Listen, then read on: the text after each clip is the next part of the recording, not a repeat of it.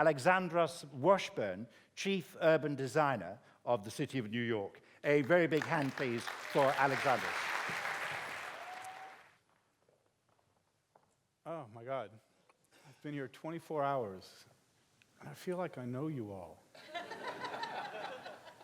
I think when you meet one Kiwi, you meet 100, or 300 in this case. And I think the reason I know you is that I'm very lucky to have an associate back in New York in our urban design division. And she's a Kiwi. Her name's Sky Duncan. We like to say sky's the limit. She's an extraordinary person with an indecipherable accent. But she's strong, and she's kind, and she's brilliant. And I think I carry my thought of working with her to coming and meeting you. And it's just been uncannily confirmed that everyone I talk to here seems to have those similar characteristics. Not everyone can be brilliant, perhaps like Sky, but everyone here that I've met so far has been strong and kind. Even the jersey I'm wearing was literally given to me off Greg's back here. So I feel very comfortable here, even though I'm very new to Christchurch. And I wanted to see if we shared certain experiences. I mean, I know no one who didn't go through the earthquake can really understand what it felt to be in the earthquake and in its aftershocks. So I was trying to think back to some of the experiences we had in New York that might help me understand a little bit. And I was thinking really about 9/11. That was a disaster that we had. And it's been over a decade now. The clicker isn't working, but it really doesn't matter. Maybe it's better without. Okay.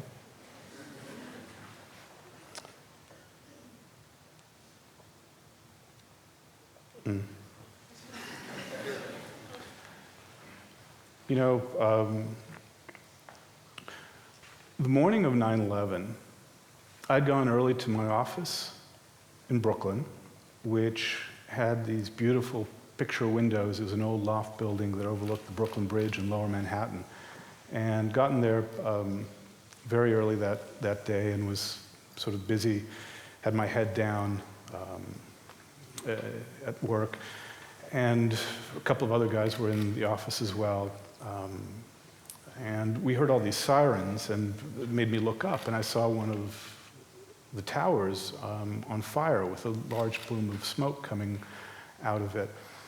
And you know, being architects, we're very interested in this, actually, from a technical perspective, because we knew that no one to date had died in a high-rise fire in a sprinklered building. So we're trying to think, let's see, 1973 they were built, they would be under a certain code that would require sprinklers. You know, there seems like a really, really severe fire, but you know, it's probably okay, the fire stairs will work. And we're sitting there analyzing, we're starting to take pictures, and I saw this plane, a dark plane, moving fast and coming in low, and I was thinking, well, maybe this is one of those firefighting planes, and they're planning to drop water on the building to put out the fire. And as we were looking at it, of course, the plane hit the other tower.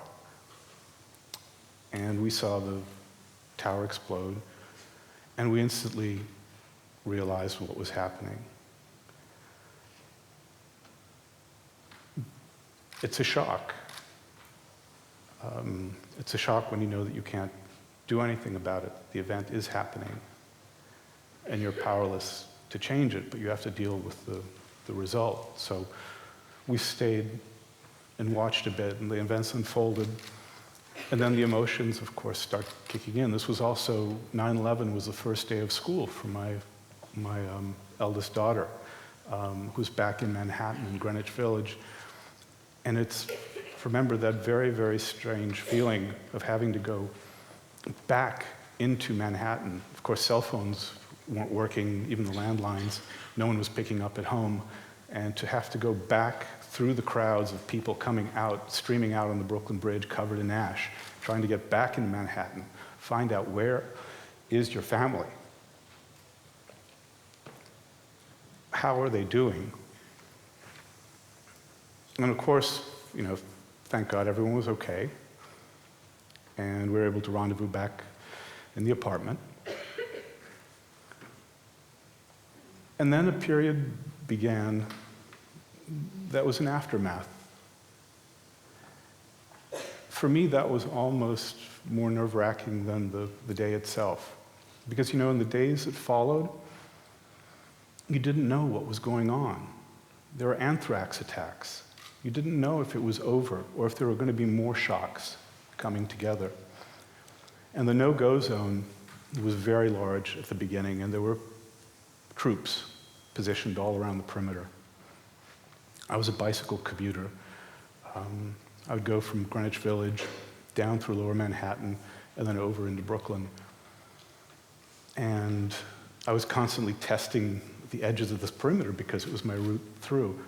And I remember getting through one time what would normally have been rush hour and being on my bicycle riding down the center of Church Street, 6 lanes, lined with skyscrapers, and I was the only person there.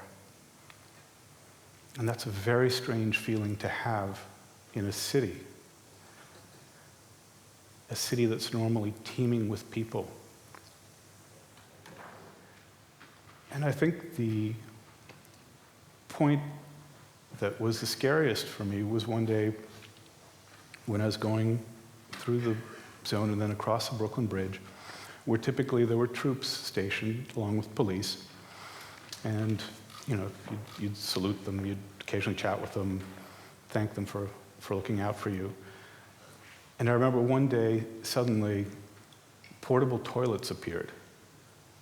That made me very, very panicked. For some reason, I figured, you don't put those there unless you don't want the people to leave, and you don't want the people to leave unless you think something's about to happen. And I couldn't sleep that night. I mean, I was just on edge.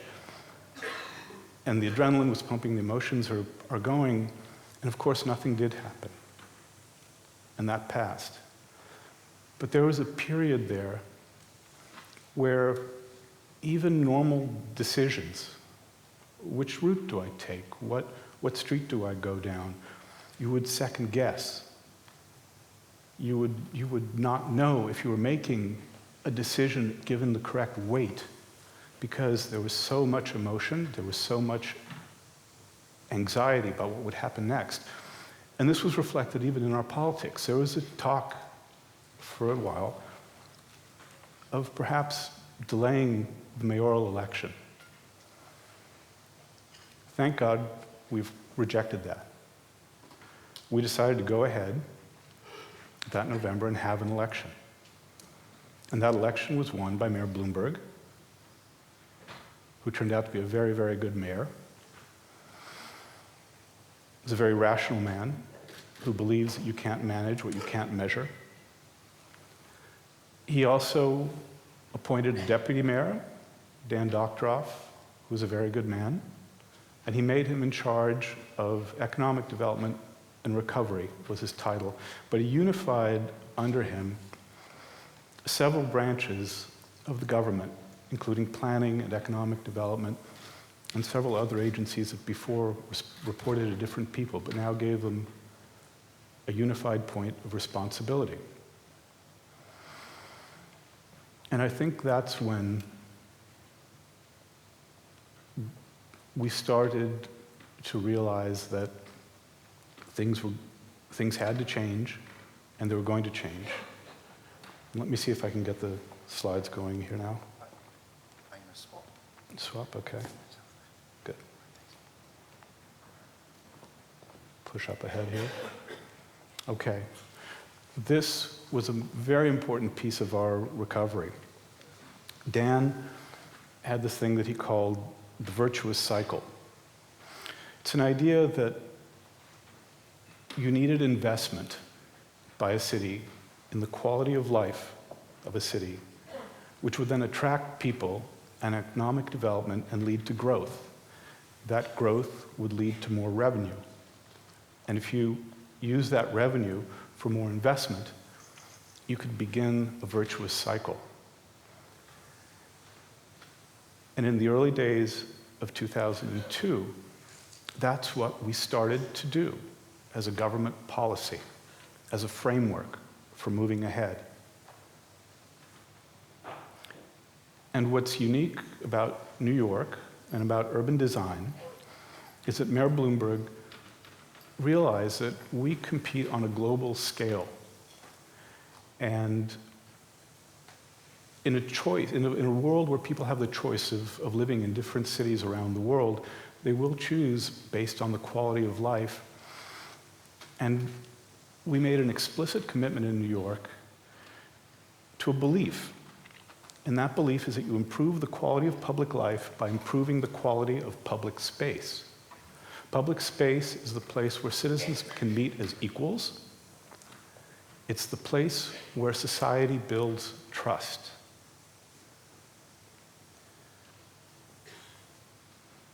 And it's also the subject of urban design. I'll give you a short example. Times Square.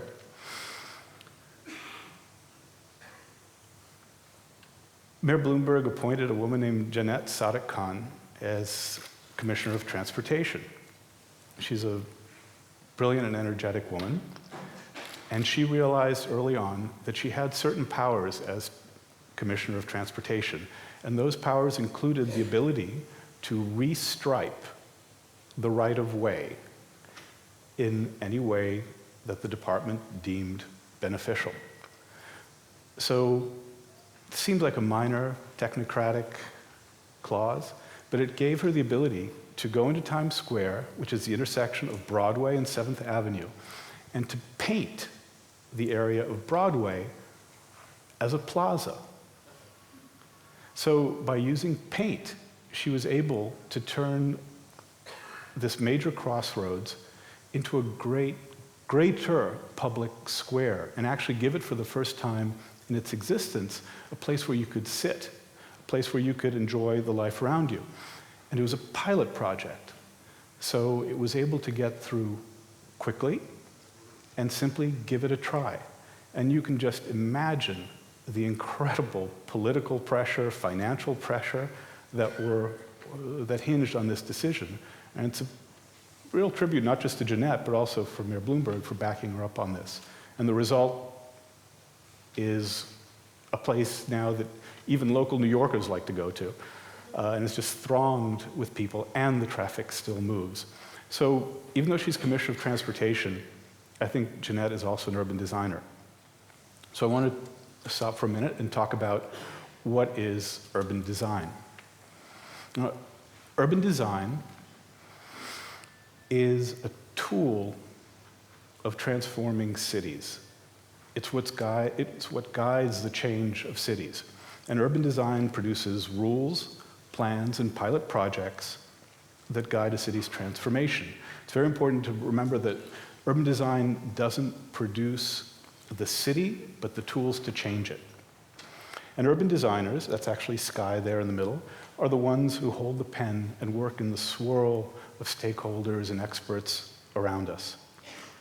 We're also people who have to work at the intersection of politics, finance, and design. You can be the greatest designer in the world, but if you can't stand the pressure of politics, if you can't deal with the demands of finance, you're not going to be an urban designer, because things only change in the city when those three forces align. And design is the weakest of those forces. In urban design, even though we work at the scale of the city, the smallest dimensions matter.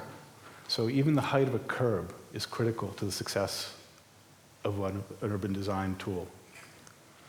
And finally, and for public space, if it's worth remembering, it's worth drawing. I think an urban designer really does have to draw. You don't have to be Michelangelo, but you have to see a place, and if you like it, try drawing it, because drawing is what gets it inside your head. and what lets you understand it in a way that simply taking a photograph or writing a caption can't. And ultimately, when you judge a public space, you judge it from the point of view of a citizen walking down the street, from the point of view of a pedestrian.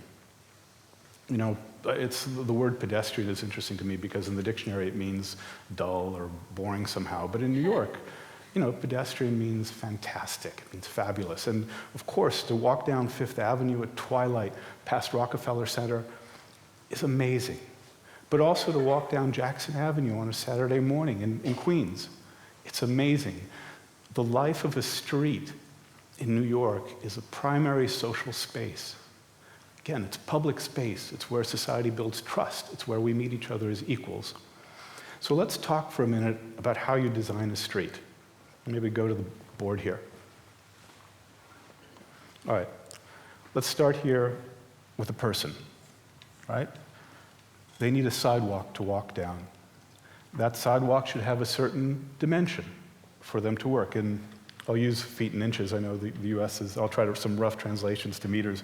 But 10 feet, say 3 meters, is a good minimum distance. And then that person probably would like some shade, so you need a tree pit. And the tree pit needs a certain dimension in width and depth. So let's give that another 5 feet, and maybe let's make sure that it's got about 3 feet of soil depth here. You have a building on the other edge of the property line, and what's the right height of that building? Here in your plan, you've decided 31 meters is the right height. That would probably take us a little bit up over to here. But you realize that this pedestrian here needs something to go on here, right? You need some sort of shop, some sort of interesting thing to go on, displays, et cetera, something that'll catch your attention. I think every 10 meters is a good rule of thumb as you're walking down the street. Now you have to think of the carriageway. All right, what do you want to happen in the carriageway? Do we want a bike path? Well, you know, a bike path, let's say, will take about, 10 feet. Say, give it another 3 meters here. Maybe then you'd want some parked cars, you know, to have it shielded from the traffic. So those parked cars need another 3 meters or so here. And then you have your traffic lanes, and you decide, well, do we need a bus lane? How many lanes of traffic do we want? Do we want this to be one-way or two-way? Each lane, give it another 3 to 4 meters. One thing you're starting to see is that this space between the property lines, it's finite. And there are many, many things that have to go on in here. So to decide which gets built and which doesn't is a choice which is going to reflect certain values. We believe the pedestrian comes first. And so everything should begin with the consideration of the pedestrian. But you know, there are a lot of important infrastructure things that go on a street too. You've got sewers, right? And those sewers have catch basins that come at the curb. And once a catch basin gets built, you can't move it. It's too expensive. So right now, what's going on in the streets of Christchurch, it's pretty critical that this sewer, this catch basin, and a sense of what's going on in the street be coordinated, because you can't change it afterwards. You know, the fire department is going to want a certain width for the carriageway because they like to be able to bring their fire trucks up, and they have things called tormentors which stick out, and they need to have their ladders that go up. Well, that has to work with the overall width, and you've got to make choices about what fits. And the fire department also should know that you can't just keep too wide a street, because then you're going to lose the energy of it. So this is just a quick primer, and I see I've got just a few minutes left. So it's a tremendously fun thing to design a city. And these are some of the elements that you have to do. And realize that an urban designer, I don't control any of those elements. I only try to influence them. So let's go now and ask, if this is how we design a street, you know, you see if you get the hierarchy right, you can end up with a very, very beautiful street. But how about putting this all together to make an entire district? So I'm going to show you something about the High Line, which is an elevated railway in New York that was built by Robert Moses in the 1930s in the Chelsea district of Manhattan. Now this roadway was going to be torn down, and because the people who owned the land underneath it wanted to develop that land. And at a community board meeting to discuss that demolition, two guys, Joshua David and Robert Hammond, met. They're regular guys. They weren't urban designers. They weren't architects. They're just people who liked this structure and thought something should be done. And they made an organization called the Friends of the High Line. Well, the Friends of the High Line had as one of its members Amanda Burden. She's my boss. She was appointed by Mayor Bloomberg as head of the Planning Commission. That's very good to be brilliant as well as beautiful. But what Amanda did was set all the tools of planning available to us through the laws of zoning to save this High Line, turn it into a park, but in the process to also change the neighborhood, to make extra housing available in the neighborhood, to preserve the good things in the neighborhood. There are certain galleries that are already grown there, and to encourage a mix of use in the neighborhood that was absent before. It was zoned previously only residential, only manufacturing. And then it was very important that whatever new got built didn't detract from the new park, but would enhance it. So it was a pretty interesting zoning exercise where we changed the zoning at the perimeter of the neighborhood, and there where the High Line was, we designated a transfer district, and then allowed the air rights from the High Line to be transferred out to these other new buildings at the perimeter, which let the people who had land under the High Line, now it took away their incentive for wanting to tear it down. So it required a lot of drawing to figure out what the right relationship of buildings to the High Line would be. And we came up with certain rules that would hopefully enhance the light and the air and the experience of walking down as you built new buildings. And we took the district, this Special West Chelsea district, and designed out what the development should look like and the pathway to move these air rights. And the result is some pretty great buildings. This is the box here. That's the air rights that were allowed to be transferred off the High Line, since the High Line was saved, and moved to this building at the edge of the district. And what happened was this transfer mechanism developed a legal and economic framework that allowed great buildings to be built and the High Line to be preserved as a park. The results are pretty spectacular. Over 3.6 million square feet of new building, $2 billion of investment, more than 12,000 jobs, 2,500 dwelling units. The statistics roll on and on. It's a home run. It's more than a 10-to-1 return on investment for the public money that went into it. And the results are a fantastic quality of life at ground level with galleries and cafes and a terrific sense of nature in the middle of the city. And I think we can turn off the slides right now, and I can just conclude very quickly. I've given this talk about the High Line 100 times in great detail to planners and technical people in governments and developers, et cetera. And I'd forgotten, until I was preparing for this lecture, about when we did it. I found I was looking through some boxes, and I found an old security pass that said 6/11. It was for June 11th, 2001, and it was for a meeting in the World Trade Center. And that was a meeting where we were trying to get politicians together with financiers, together with the Friends of the High Line, through the Design Trust for Public Spaces. And it suddenly occurred to me that some of the most important decisions for getting the High Line built were done in the aftermath of 9/11. They were done at a time when we had to think clearly, but it was hard to do that with the emotion. The framework of the virtuous cycle gave us direction. And in retrospect, I can only think, what if we hadn't taken that direction? What if we had said that public space was too dangerous, that because of threats we needed to close it down, we didn't want people? What if we hadn't decided that public space was so important to the quality of life of a city? And thinking back, I don't know, do you know that phrase, I fear nothing because I hope for nothing? Well, it's absolutely the attitude you can't have as an urban designer. You have to hope for something greater tomorrow than what you have today. and you have to be prepared to accept the fear and uncertainty that comes with that. But it's a decision that has to be made, and when the people are making it are strong and kind, I think it will be the right decision. Thank you. And then a video.